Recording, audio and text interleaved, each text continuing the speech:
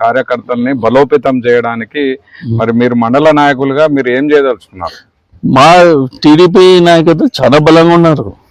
ఎందుకంటే ఈ రాక్షసు పాలనతో ఇబ్బంది పెడుతున్నారనే ఉద్దేశంతో కొద్దిగా ఊరుకున్నారు. కానీ ఎందుకు మనం ఈ ఉండని ఇప్పుడు మా వాళ్ళ జోలు వస్తే మా వాళ్ళు కింద ఆ వైసీపీలో ఒక్కరు తట్టుకోలేరు.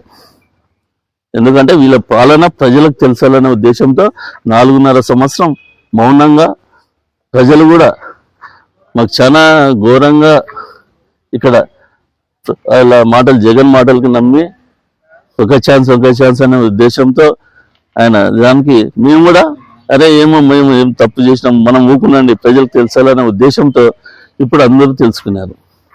కాబట్టి ఖచ్చితంగా రేపు గతంలో వెల్లుచి మండలం నుంచి భారీ మెజార్టీతో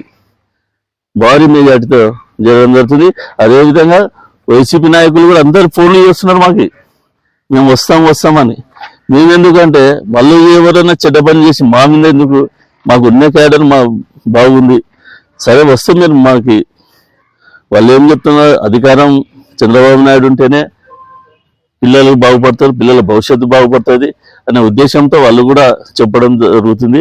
కాబట్టి అటువంటి మీరు చెప్పి ఓట్లు అయిపోయండి, తర్వాత మా సహకారం మీకుంటుంది అని చెప్పడం జరుగుతుంది. ఇప్పుడు టీడీపీలో నుంచి ఎవరైతే ఫస్ట్ లో వెళ్ళినటువంటి వాళ్ళే తిరిగి వాళ్ళ దగ్గరకు వెళ్తున్నారు, కానీ కొత్త వాళ్ళు ఎవరు వెళ్ళడం లేదు. అట్లా మేము తలుపులు తెరిస్తే 100 మంది వస్తారని వాళ్ళు కూడా ఆరోపణలు చేస్తున్నారు. దానికి మీ సమాధానం? తలుపులు తెరుచుకోమను, పోతలు పోతారు, ఉంటారు, ఎవరికి ఉండతలు వాళ్ళకు ఉంటారు. మన గతంలో ఇప్పుడు రామల్లకోట రామస్వామి కాంగ్రెస్లో ఉన్నాడు, వైఎస్ఆర్లో ఉన్నాడు. ఆయన ఇప్పుడు మా క్యాండిడేట్ కాదు కదా, ఆయన మొన్ననే స్టేట్మెంట్ ఇచ్చినాడు వాళ్ళ పాలన బాగాలేదు అనే ఉద్దేశంతో చంద్రబాబు నాయుడు అయితే పిల్లల భవిష్యత్తు బాగుంటుంది అనే ఉద్దేశంతో పార్టీలో చేస్తాను. మా వాళ్ళు ఎవరున్నారు, మా వాళ్ళు అట్లా ఎప్పుడు పోరు, కానీ వాళ్ళే వైఎస్ఆర్ వాళ్ళు ఊక చేస్తుంటారు, కానీ వాళ్ళ వైఎస్ఆర్ వాళ్ళే సరిగా లేరు. చంద్రబాబు నాయుడు గారు ఇస్తున్నటువంటి 6 గ్యారంటీల పథకం గురించి ఎట్లా అది అమలు చేసే సాధ్యం అవుతుందా? మీరు జస్ట్ చెప్పుకొని ఓట్లు వేయించుకోవడం వరకేనా? లేదు, ఎప్పుడు చంద్రబాబు నాయుడు అట్లా ఉండదు. చంద్రబాబు నాయుడు వస్తే ఏ కంపెనీలో అయినా కానీ పారిశ్రామికవేత్తలు అందరూ వస్తారు. కాబట్టి ఆయన వస్తే జీడిపి పెరుగుతుంది. ఆ పని కంపల్సరీ 6 గ్యారంటీలు కంపల్సరీ మేము చేయడం జరుగుతుంది.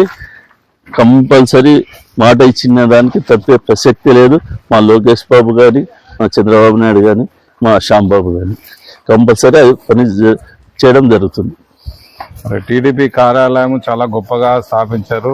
మరి ఎలా దీన్ని ఈరోజు ఏం జరగబోతుంది? ఈరోజు ప్రోగ్రామ్ ఈరోజు టీడీపీ పార్టీ ఆఫీస్ ఓపెన్ చేయడం జరుగుతుంది.